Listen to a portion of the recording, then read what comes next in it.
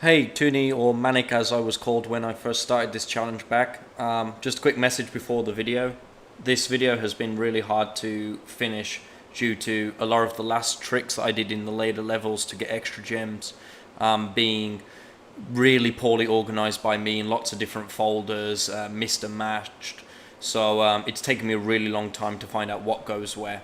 But anyway, let's continue on with the no charging challenge. Enjoy. I was unable to find anything else just yet in the no charge challenge in Peacemakers, so I'm going to fly out of Magic Crafters, where there's one egg thief that actually gave me nightmares. With the right amount of nudging forward and timing of my glide, I can add another egg to my tally and put this rivalry to rest. I must admit I felt like 30 minutes on my first run trying to get that guy, but I always knew I would get him eventually. I couldn't find anything else in the homeworld or Alpine Ridge, so I went to High Caves, where the level actually caved in to my hunger for gems. With the kiss of a fairy, I can access all metal objects now.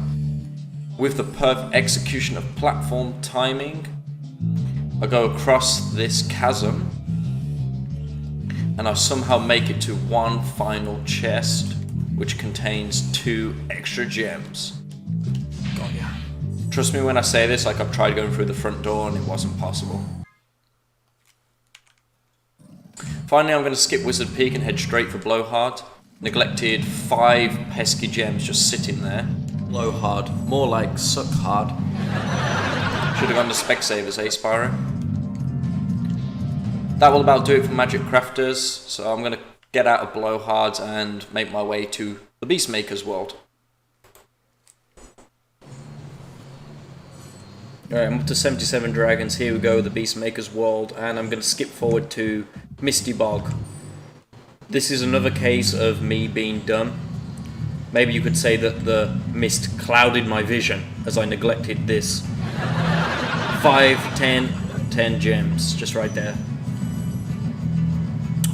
If only Trump didn't build the wall, I would have seen it.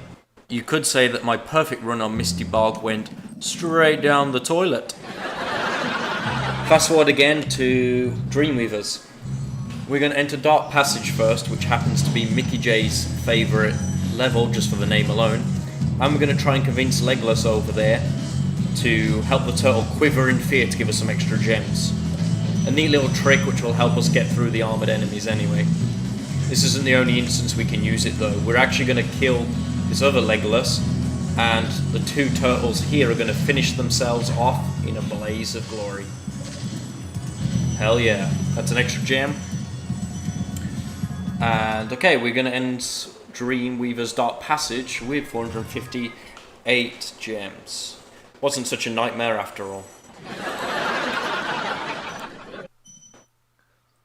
We're actually going to fast forward to Nasty's world now, which is Mickey J's second favourite world, for obvious reasons. And we're going to go into Nork Cove, where, once again, there is just a bunch of gems in chests that I completely neglected to get. Now watch this. Oh, shit.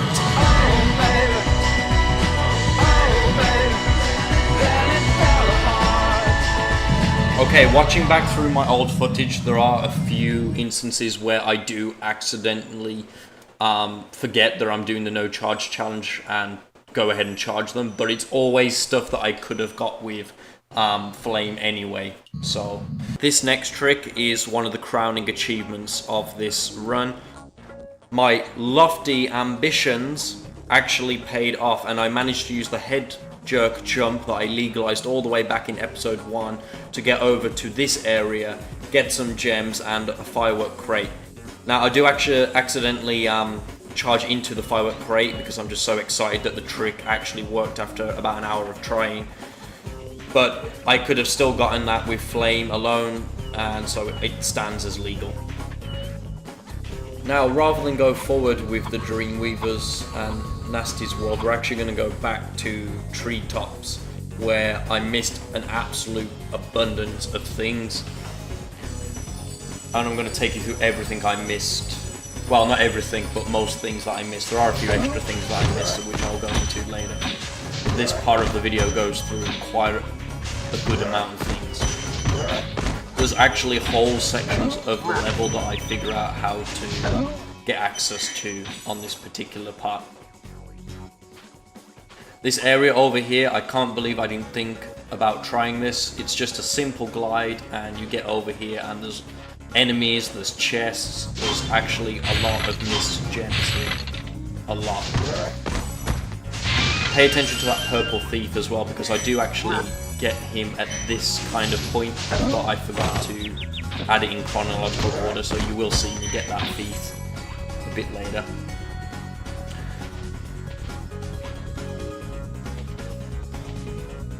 There's actually a whole section of the level over there where the return home portal is. I can't actually get up to the top area, but I can make it to the lower end. Could say I have to be on top of my game to get all of the gems on treetops.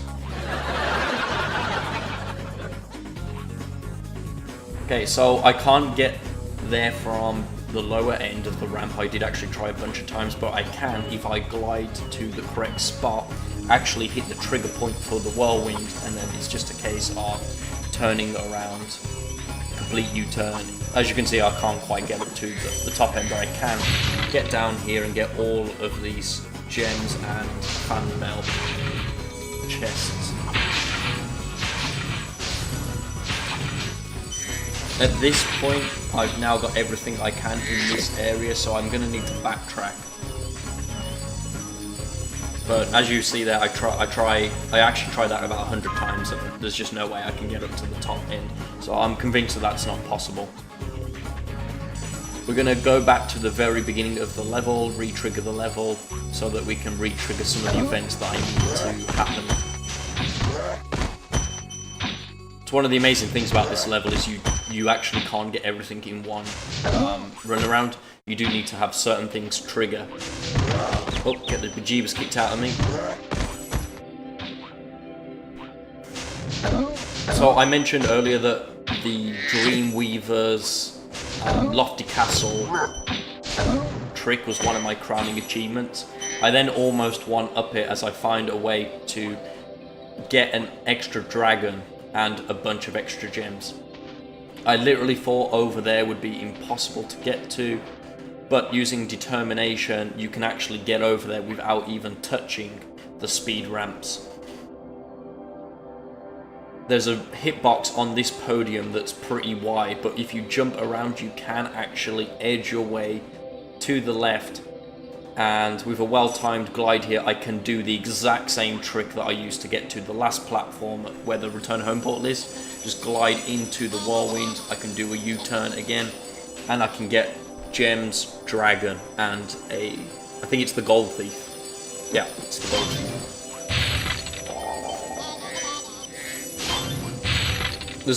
This game is actually has really been an enjoyable experience running through to get everything that I can get. There's just so much that I miss that I thought was impossible, but with enough trying you can make it through. That was quite a ride, Spyro. You've learned a lot since you were a young glider.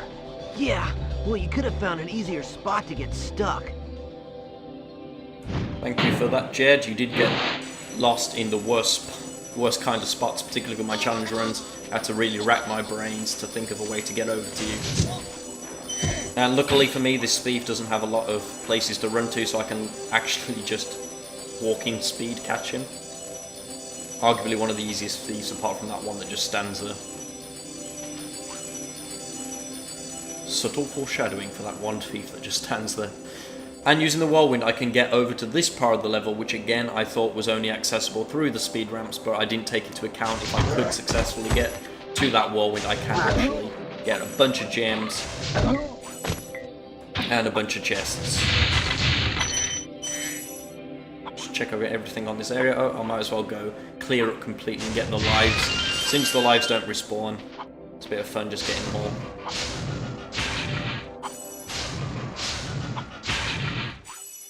And then we're going to glide over to this speed ramp, which we don't need to even charge for. It's a very easy and simple glide. Because over here there's an enemy, and there is a metal chest that I can't actually open without supercharge, but I can get the enemy obviously.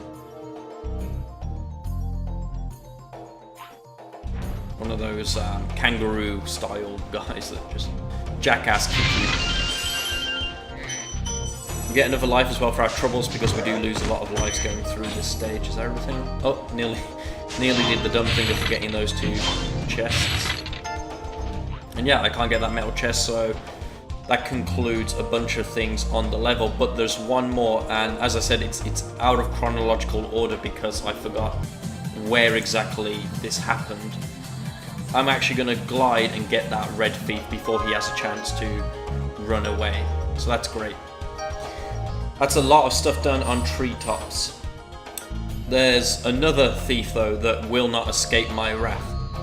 On the Magic Crafter's World of Alpine Ridge, we can actually access this thief before he has a chance to run away by gliding through a wall that has no collision on it. That's exactly the kind of no collision I want in my game. And that's yet another thief that we add to the list. How many eggs is that? That's 11 out of 12 eggs, and the 1 egg missing is pretty damn difficult. Now, this is the part of the run where I have to explain a real big trick that I missed. So, we are about to go through the whole game again because on the flaming only challenge, that's the no charge challenge, we missed a really important trick that can actually help maximize the amount of gems that we can obtain.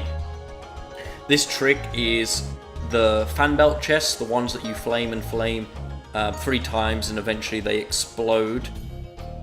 They can actually be used as projectiles to kill some otherwise unkillable enemies because they have armor or something like that. So we're actually going to go through the whole game again and utilize them in a trick. What's the trick, you may ask? Well, what happens is when you use the fan belts as a projectile, they will despawn if you collect the gem. So you use them once, you collect the gem, and they will despawn. You won't see them again even if you die. But if you actually go out of your way to kill an enemy using them, and then kill yourself, they will actually respawn intact. Not just the gem, but the whole projectile will respawn, meaning that for a few instances you can actually utilize them to kill more than 1 enemy. So through this run I have utilized them on a number of occasions, but I've only been able to kill 1 enemy or get a single chest out of the equation. When actually you can just keep on killing yourself, they'll respawn and you can use them again and again. And then on the final usage of it, you can take the gem. So that's what we're going to do. Here we go again. Oh shit, here we go again.